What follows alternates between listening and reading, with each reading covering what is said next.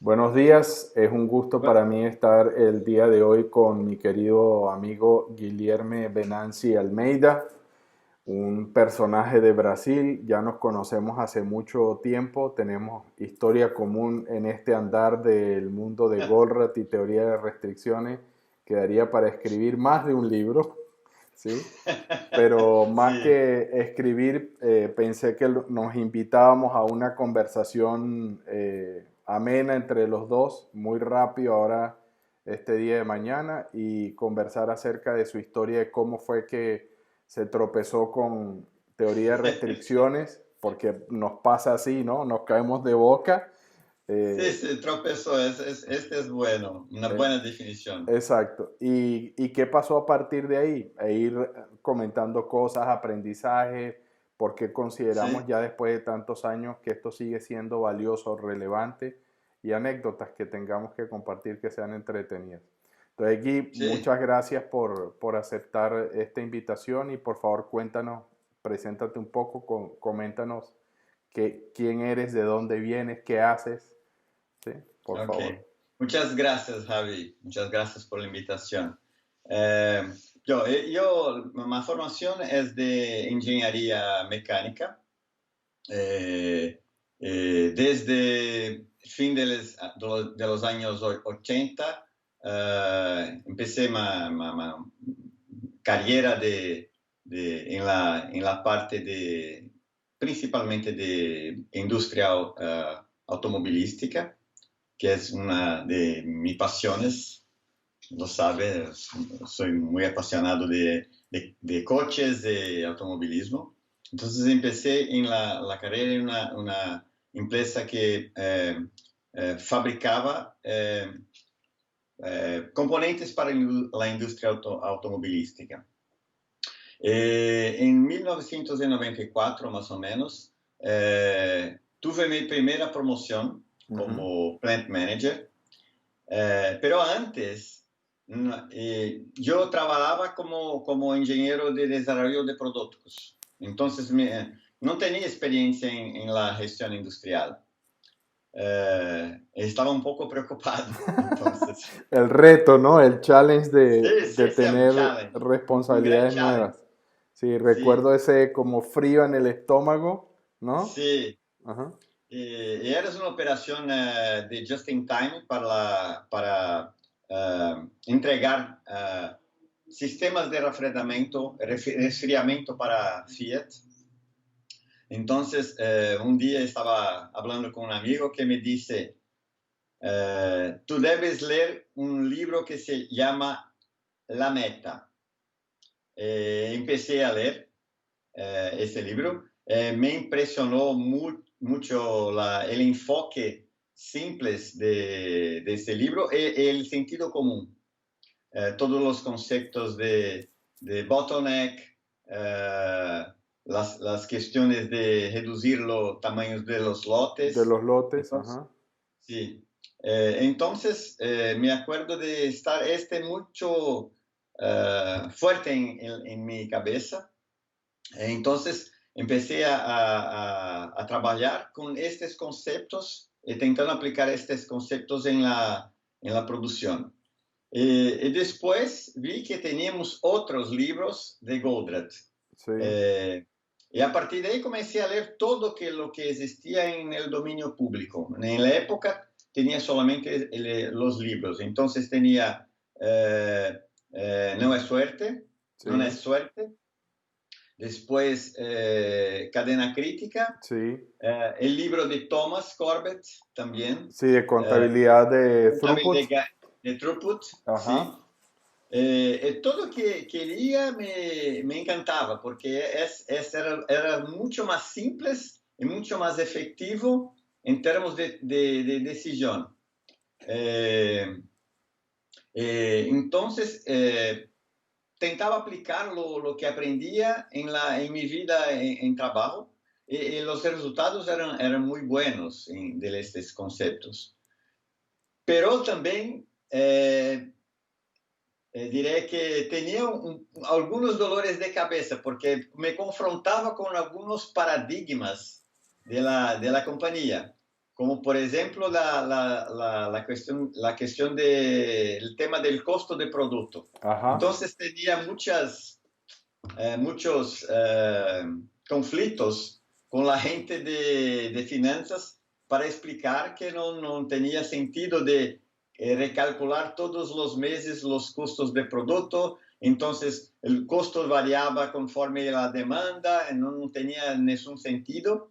Y querían que tomasen decisiones basadas en esto y yo decía, no voy a hacer esto porque no hace sentido. claro, y fíjate que en el caso, pues pensando en la industria donde estabas metido tú, que estabas trabajando metido en una cadena de suministro para la industria automotriz, donde el sistema de refrigeración lo proveen ustedes a la línea de ensamble, ¿cierto? O sea, están Exactamente, sí, en tier uno, ¿no? sí, O sea que al final no importa lo que ustedes hagan, la demanda está pegada de la ensambladora.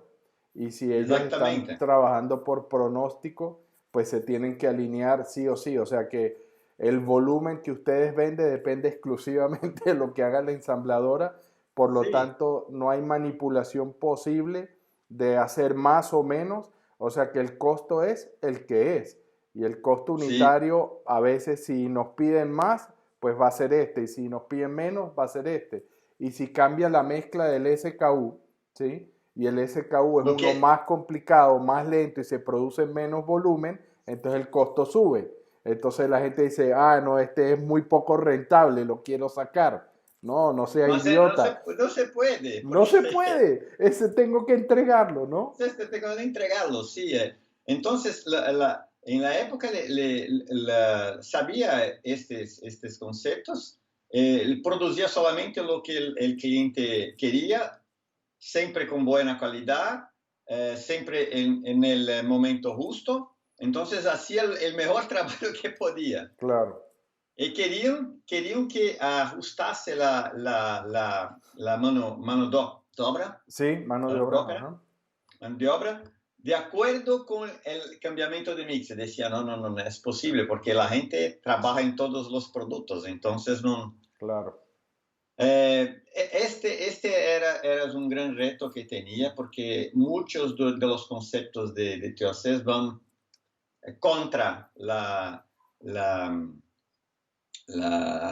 los paradigmas de gestión. Claro. Sabemos que Y, es todavía la situación que tenemos. claro, y generalmente todos los paradigmas de gestión, sobre todo cuando estamos hablando de manufactura dura, están mirando cada recurso, cada empleado, cada operación y tratando de optimizar cada una, asumiendo con ese Exactamente, paradigma de que el óptimo local sumado me da el óptimo global. Y cuando estamos en una cadena de suministro sabemos que lo más importante es el flujo, es decir, que la sincronización es lo que debemos optimizar y que se haga lo que necesita el cliente y no lo que en apariencia nos da el menor costo unitario, ¿no?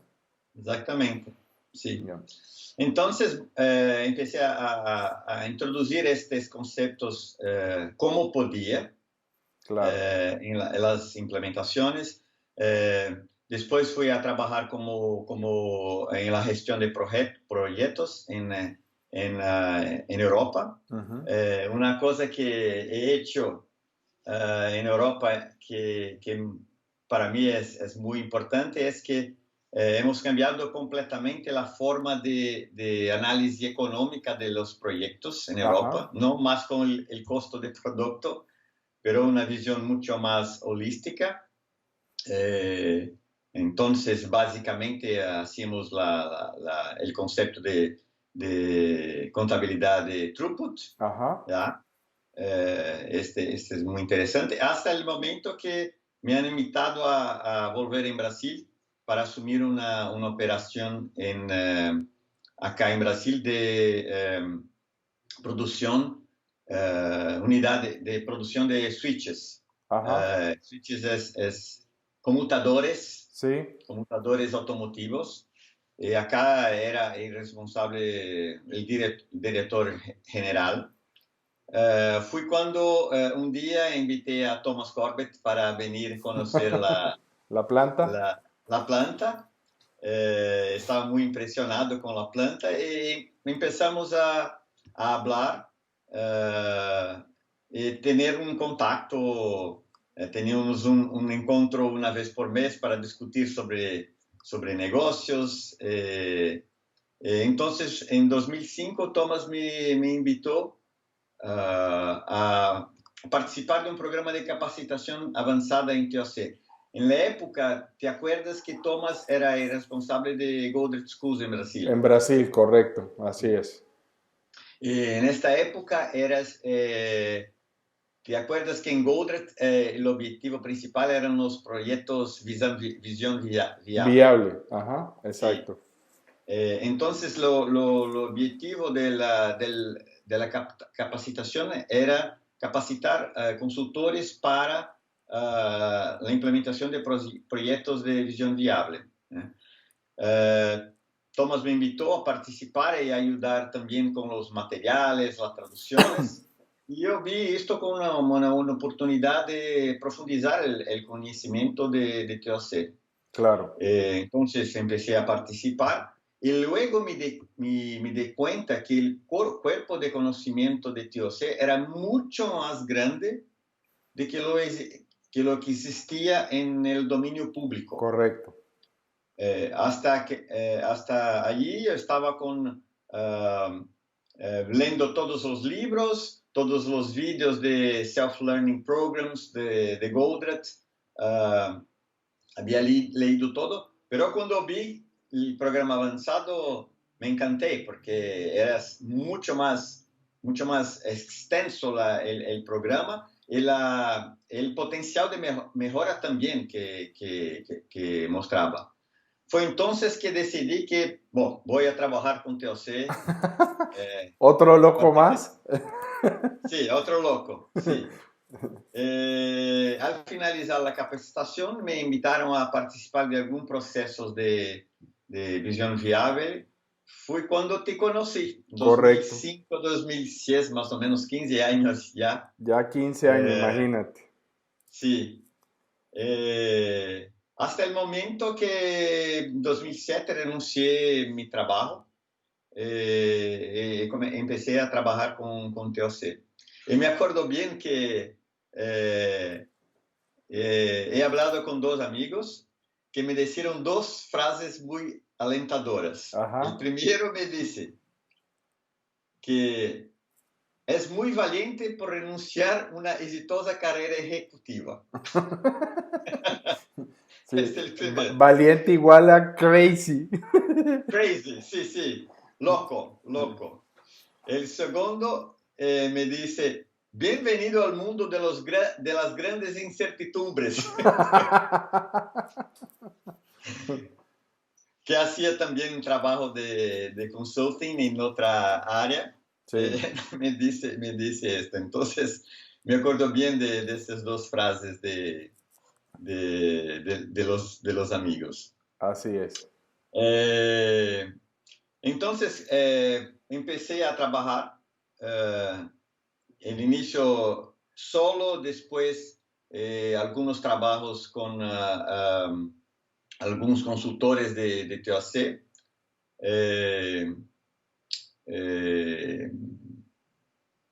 Como el alcance de TOC es muy amplio, tuvo oportunidad de trabajar en muchas diferentes áreas de negocio. Por ejemplo, en el inicio trabajaba mucho con la parte de mineración. Sí.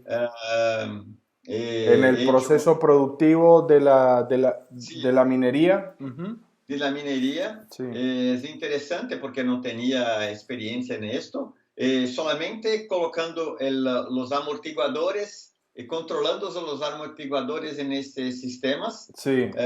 Se ponía a direccionar mucho las acciones a dónde se debía trabajar, focar los esfuerzos para resolver los problemas. La programación de las manutenciones. Ajá. De las máquinas. Sí. Me acuerdo que el primer proyecto estaban produciendo 400 toneladas por día Sí, de minerio. En 2 meses llegaron a 500 toneladas, que era el objetivo y la capacidad teórica exacto. O de la sea, planta. cuando se diseñó la planta de proceso, se había diseñado para 500, pero no habían llegado nunca, ¿no? Estaban en 400 y seguramente, 420 más o menos. claro, y seguramente por estar balanceando la capacidad, entonces estaban, Exactamente. nunca pasaban de 400 y tantas, y entonces al desbalancear, colocar los amortiguadores, pum, se dispara el flujo y llegan a 500, ¿no? Sí, es uno de los problemas de este tipo de ambiente, porque las inversiones son muy grandes, entonces trabajan con mucho poca capacidad Protectiva protectiva, o diferencias de capacidad. Sí, diferencias de capacidad. en mi experiencia te dicen que el concepto del cuello botella lo tienen clarísimo, definen cuál es el cuello botella, pero después a ese cuello botella en el resto de la línea, digamos, entonces tratan de invertir lo mínimo posible porque es muy caro y entonces terminan balanceando la línea aunque no quieran. Sí, exactamente. Entonces, eran los primeros proyectos que trabajaba. Después empecé a trabajar con proyectos muy distintos. Por ejemplo, me acuerdo de un proyecto para cambiar el modelo de atendimiento, ¿Sí? de De servicio servicio al cliente. al cliente de una aseguradora que tenían 4 tipos de plataformas diferentes de atendimiento, no sabían lo que hacer. Entonces, utilizando procesos de thinking process, Ajá, proceso, herramienta de pensamiento. Ajá. sí, hemos hecho el ciclo completo del proceso, de los UDEs, después Realidad los actual. realidad actual con los conflictos, Sí, después verificar que los conflictos era responsable por todos los UDEs, sí, después la inyección, éramos negativos, obstáculos, hasta el proceso de implementación. Es muy interesante porque no había una idea de que se podía utilizar esto, pero hemos visto una posibilidad de utilizarlo, entonces utilizamos y el resultado es muy interesante. Cambiamos completamente la forma de atender a los clientes con menos costo, manteniendo lo mismo tipo de servicio. correcto, correcto. Eh, estamos hablando de fin de más o menos 2009. 9, ajá. Eh, sí, en 2009 hemos tenido la posibilidad de empezar un piloto con un gran minorista. Sí, con eh, Riachuelo, ¿no? sí, Riachuelo, Sí, me exactamente. acuerdo, en el 2009 me acuerdo que hicimos el viaje, ¿te acuerdas que vinimos con Eli y se hicieron varias Sí, reuniones con retailers y después empezamos a hacer todas las reuniones con otras compañías más sí. y de todas esas cosas y creo que se hizo inclusive un TOC-ICO regional en Curitiba, 2009, 2009, 2009. Sí, exacto. Y me acuerdo sí, que en esa visita que hicimos a Curitiba, me acuerdo que tuvimos una reunión, Eli, Wendy y yo, con Flavio, ¿sí? sí, sí, sí. Rocha, con Aureo y todo el equipo de Riachuelo. Riachuelo, Sí, sí, exactamente. Entonces, de esto es que surgió la oportunidad de hacer un piloto con 3 tiendas ujú. para hacer el resuprimiento, Sí,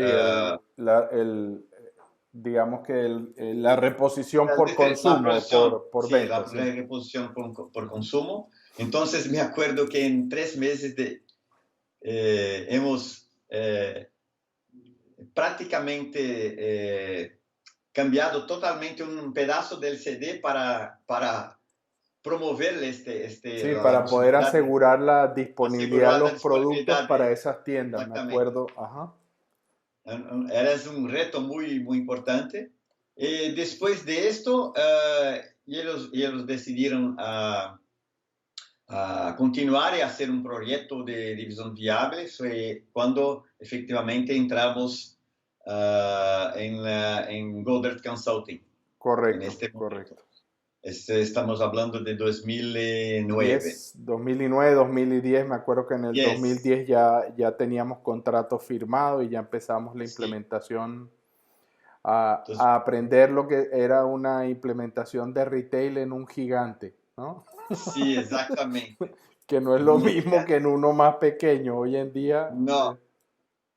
Eh, y a partir de ahí empezamos a trabajar en otros proyectos, principalmente de visión viable en el inicio. Entonces tenía Tritec, Piccadilly, que es Piccadilly, una Riachuelo, calzados, ajá. Tritec, que es de utilities Sí, en plástico, de envases plásticos, ¿no? bases plásticos, exactamente. Sí, Y otros proyectos de gestión de cadena de suministro, sí. algunos de gestión de proyectos, básicamente, principalmente de esos dos tipos de negocios. Eh, y básicamente esta es la experiencia que hemos tenido desde 2010.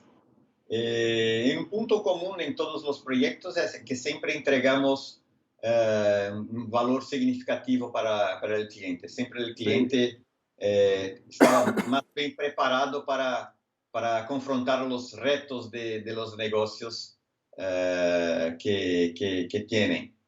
Este es un trabajo con TOC, es un never boring job. exacto. Siempre cuando creemos que ya sabemos, el cliente se encarga de enseñarnos nuevamente Sí, sí, cosas, ¿no?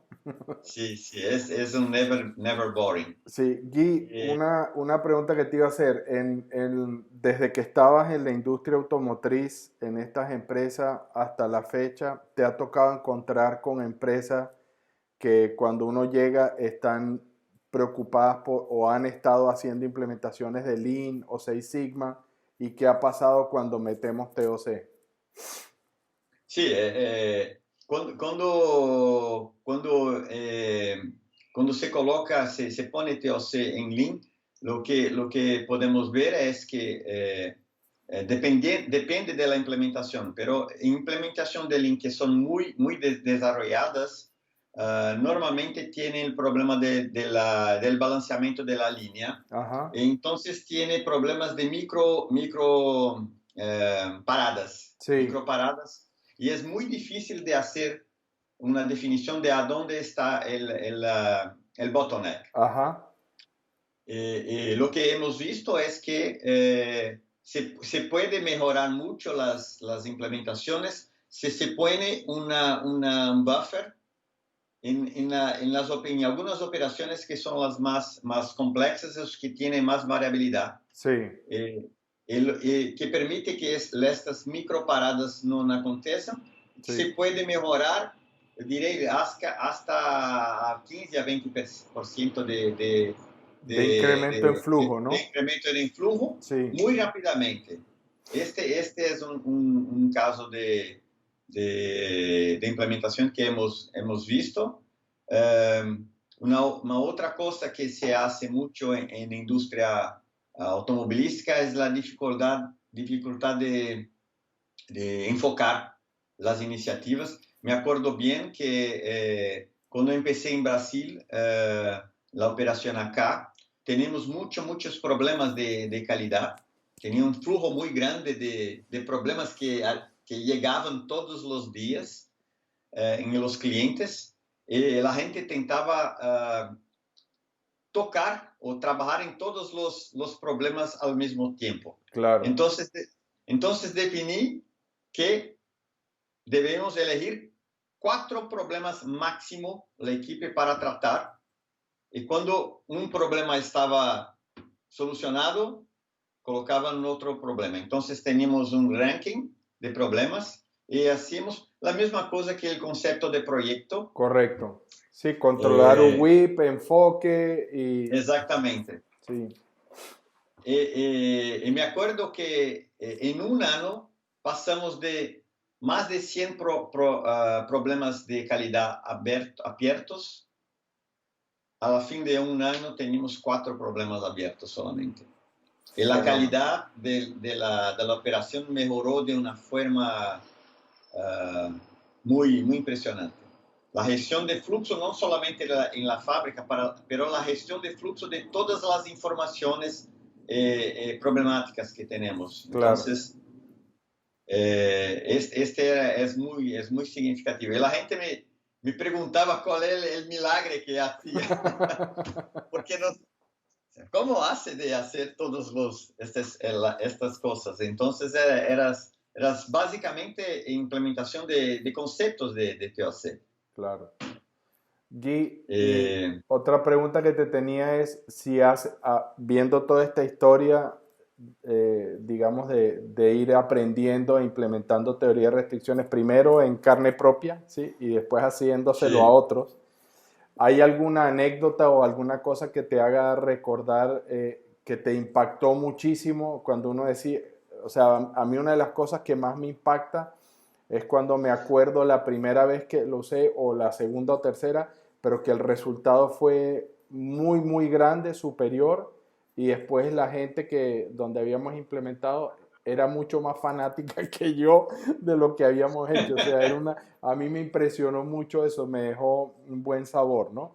Pero, o a veces le ocurren cosas a uno que está haciendo, por ejemplo, una de las anécdotas que siempre me acuerdo es que eh, Eli, no sé si recuerdas, en un congreso Eli agarra y dice, bueno, ¿cuál es el primer paso para implementar? ¿No? Que tú decías sí, que el conocimiento público es muy amplio, pero cuando sí, uno está trabajando desde adentro se da cuenta de grandes cosas. Y Eli les hizo la pregunta, bueno, ¿cuál es el primer paso para implementar? Y entonces salió todo el mundo con la respuesta del libro, identificar la restricción. Y Eli sí, furioso, no, que ustedes no saben qué es lo que están haciendo. Y entonces para mí fue impresionante ver que al final él decía, no, lo primero que usted tiene que hacer es agarrar y controle el whip, corte el sí, sí. amortiguador a la mitad y Choke, choke, defina el plan de liberación, ¿no? El choke de choke the release, release. exacto, Sí, ahogar la entrada. Y decía, ¿y a mí qué me importa cuál es la restricción? Usted hace choke de release y la restricción dice, aquí estoy, yo, ¿no? Entonces, exactamente. eso para mí me acuerdo que fue como un golpe al principio cuando pues uno empieza a trabajar y lo primero que hay que hacer es esto, ¡pum! Ya. Y es increíble lo que pasa de ahí en adelante, o sea, todo se alinea, ¿no? Sí, tiene algunos aprendizados. Me acuerdo que el primer aprendizado, que es una cosa que, que estaba impresionado, es a las dos implementaciones. La primera en piloto de Riachuelo. Me Ajá, acuerdo el problema de todos de los minoristas es sazonalidad de Natal, ¿te ajá, acuerdas? Entonces, lo que tiendo a hacer es mandar todo lo stock para las para tiendas las tiendas, sí, antes de Natal. de Y me Navidad. acuerdo que de Navidad, me acuerdo que en piloto habíamos enviado más, pero tenía todavía una cantidad significativa en CD. Y luego, después del Natal, continuaron a reponer todos los productos. Me acuerdo bien porque tiene un flujo muy grande también de gente después de la Navidad, porque Sí, tienen que cambiar los productos, claro, los presentes. Y me acuerdo que las ventas después de Natal de las tiendas del piloto estaba así, comparado claro, 15, 20% más que que las otras. las otras tiendas. Entonces, cuando hemos visto esto, estábamos muy impresionados con una sorpresa muy grande que hemos tenido Sí, de esto. no esperábamos tanto. No Habíamos dicho, esperábamos si tanto. logramos 10% estamos felices, ¿no? De sí, hecho, me acuerdo sí, que la discusión con Flavio era si podíamos o no llegar hasta un 10%. sí. Ah, no. Principalmente después de Natal, después Claro, de la Navidad. Porque como las otras tiendas no tenían más a recibir, no tenían más prácticamente nada, claro. las tiendas del piloto estaban recibiendo todos los Seguíamos productos que mandando, mandando, mandando. mandando todos Claro, los días. claro. Entonces es experiencia muy distinta. La misma cosa con el piloto en la tienda de Piccadilly también, la tienda Ah, propia sí, que tenía. claro. Cuando hemos empezado a hacer también, que se veía la curva de los productos que estaban en replenishment, que crecían. Me acuerdo que estaba contigo en Chile, Sí. cuando, cuando hemos recibido todos los datos llamé a Silverio y dije, oh, hola, ve que está Vamos aconteciendo. a, mire lo que está pasando. ¿Qué está Fantástico. pasando? Sí, entonces muy interesante estas cosas que se ve efectivamente cuando los conceptos que tenemos, que al inicio todo hace mucho sentido, pero, sabes, para acreditar efectivamente se debe vivenciarle Claro. esto. Entonces, me acuerdo que me ha marcado mucho. Gui, Eh, sí, y si tuvieras que pensar en lo más difícil que tuviste que pasar en esta experiencia, ¿qué fue lo más complicado, más difícil de resolver? yo pienso que el más complicado de resolver es eh, alinear diré que alinear todas las expectativas de los clientes para hacer exactamente lo que podemos lograr con las implementaciones. No es fácil.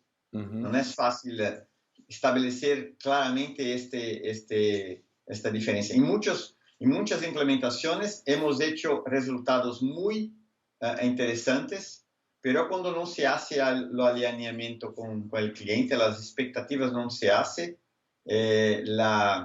lo engagement del cliente es muy difícil de haber. Entonces, para mí es el reto más importante de los proyectos. O sea, que inclusive tiene que ver más con la gestión del change management que con la implementación de TOC y los cambios operacionales y política y todas estas cosas, ¿no? Eh, es tan Eh, importante, es en la es tan psicología de importante. las personas. Ujú. Sí, por ejemplo, me acuerdo que en un proyecto que hemos hecho, que hemos hablado, las tiendas prácticamente no tenemos, las ventas eran más o menos la misma, ¿ok? Pero el cliente tenía una expectativa de mejora Sí, de las vendas. No tenemos, pero teníamos problemas ¿sabes? Cuando de suministro, sí. de suministro, porque cuando se empieza a hacer un CD que no tiene experiencia, el inicio de operaciones siempre tiene problemas, ¿ok? Entonces, a ver las vendas con todos los problemas que tenían, ya era un resultado significativo, pero ve que lo inventario en las tiendas cayó en casi 50%. Claro. Tenía un inventario, me acuerdo que en este tipo de minorista tiene la área de vendas y después tiene una área que es más que dos veces para inventario de stock, de productos. Claro. Prácticamente eliminamos quase 60% del espacio que tenían de Reservado inventario. para guardar producto, ahora ya no lo necesitaban. Sí. Y me acuerdo que no han contabilizado, pero tenían una economía muy grande de gente para manipular los productos, porque te imaginas la disminución del espacio hace una productividad enorme, porque las personas pueden Encontrar todo, encontrar los digamos. productos muy rápidamente. Claro, claro. Entonces, este es una parte muy importante, la gestión la comunicación y de los cambios. Conocer la solución técnica es importante, implementarla no es la misma cosa, No es lo mismo, ¿no? no es lo Exactamente. mismo.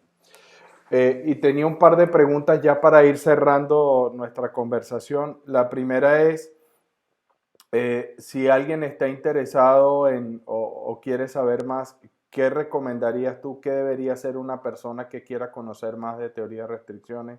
¿Para dónde va? ¿Con quién habla? ¿Qué hace? ¿Qué lee? ¿O cuál es la manera más efectiva de entender? Hoy tenemos muchas posibilidades. Antes teníamos solamente los libros, Ajá. porque en la época que empecé no es que tenía una operación acá en Brasil, no es muy difundida. Yo diré que ahora tenemos algunos canales de YouTube, de Fabiano, tienen un canal que proporciona muchas posibilidades de aprendizaje. Los trabajos con los libros, la discusión de los libros Sí, que tiene. Obviamente los libros de Goddard que son disponibles en el mercado, La Meta, ujú, Cadena Crítica, prácticamente todos los libros ahora, ¿no?, que sí, tienen disponible. Y los materiales los vídeos de Goddard son sensacionales. Y algunas empresas, yo diré que se tienen que mejorar muy rápidamente. Lo que es más fácil es contratar consultores, Goddard Consulting, para implementar proyectos de mejora operacional o proyectos mucho más ambiciosos. ambiciosos, como los proyectos de visión viable, a donde básicamente tratamos de todo lo espectro de negocios de la empresa, de la parte de operación, hasta las ventas, hasta la parte de ventaja competitiva. Entonces, ahora tiene muchas posibilidades de empezar. Depende de la situación. Sí, y la última pregunta que te tengo es, eh, para las personas, eh, ¿qué es lo que realmente recomendaríamos no hacer? Una cosa es qué hacer, pero la otra es qué no hacer. La primera cosa es que de reducir los números de iniciativas que tienen. La experiencia que he visto en todas las implementaciones es que uno de los retos más difíciles es de hacer la gente de dejar de hacer cosas, y no de hacer más cosas. Entonces, priorizar, para priorizar las iniciativas, enfocar en pocas iniciativas. Sí. O sea, trabajar en pocas iniciativas a partir de la priorización que hace. Y el criterio para priorizar, porque por ejemplo es muy común que estamos hablando con empresas y nos dicen, no, tienen que esperar porque vamos a actualizar el ERP o vamos a colocar un software para manejar la bodega, un WMS, o estamos Muy, instalando un CRM, ¿no? ¿Qué opinas al respecto? una pregunta muy inteligente. El criterio número Eres uno muy es amigo mío. sí, sí. No, es una pregunta, tienen dos tipos de pregunta, la excelente y la óptima. Ajá, La óptima es la pregunta que no sé responder, la excelente es las que no puedo responder. Es excelente. Para mí es muy claro, es que cuál es el impacto que se hace en la entrega de valor al cliente. correcto. Sí, El- lo que yo siempre les digo es si hacen el ranking, ¿no?, de las sí, iniciativas, que le pongan al lado cuánto más van a vender y cuánta utilidad sí, más van a generar por esa iniciativa y que usen eso sí, como ranking. Y que sí, normalmente en mi experiencia cuando colocan ERP, WMS, la única variable que está ahí, si es que pega algo, es costo. Pero no sí, venden más, no ganan más dinero. Si acaso gastan un poquito menos u optimizan el gasto, pero nunca sí. se refleja realmente en la línea de fondo, ¿ya? Porque Sí, no echan a nadie. sí, y se pone en la cabeza que el primer es el valor al cliente, todo lo resto es la consecuencia. Porque se hace una cosa para mejorar, por ejemplo, lo nivel de servicio, va a aumentar las ventas, seguramente. Va a aumentar el servicio, va a automáticamente aumentar las ventas, porque se pasa de 70% a 100% y ahí tiene un impacto muy grande. Pero tiene un impacto secundario que es mucho más importante, que es la percepción de valor que el cliente tiene de la compañía. Correcto. O sea, como proveedor o como fornecedor, el cambio de estatus, ¿no? Sí, exactamente. De lo confiable que es la compañía ahora. Sí. Bueno, Gui, yo creo que hemos tocado varias cosas. Te quiero agradecer. ¿Alguna palabra final, algún pensamiento final Ah, muchas, en muchas gracias. en esta pandemia? Si quieres dejar algo Sí, así como sí. la frase de final de cierre. Ah, yo diré que mi objetivo personal es que la TOC alcance la relevancia que merece. Entonces, lo que podemos decir es que lo que hacemos hoy es ayudar, la forma de hacerlo es ayudar a las personas y las compañías a alcanzar los objetivos ambiciosos. Esta es la mejor forma de alcanzar el objetivo, es de tener que la TOC tenga la relevancia que merece en el mundo. Bueno, Gui, muchísimas gracias. Agradezco tu tiempo. Ha sido una conversación súper agradable y además para nosotros pues recordar trabajo conjunto y experiencias que hemos tenido a la par de los proyectos. Y pues te deseo mucho éxito y nos estaremos viendo muy pronto. Gracias. Sí. Muchas gracias, Javi.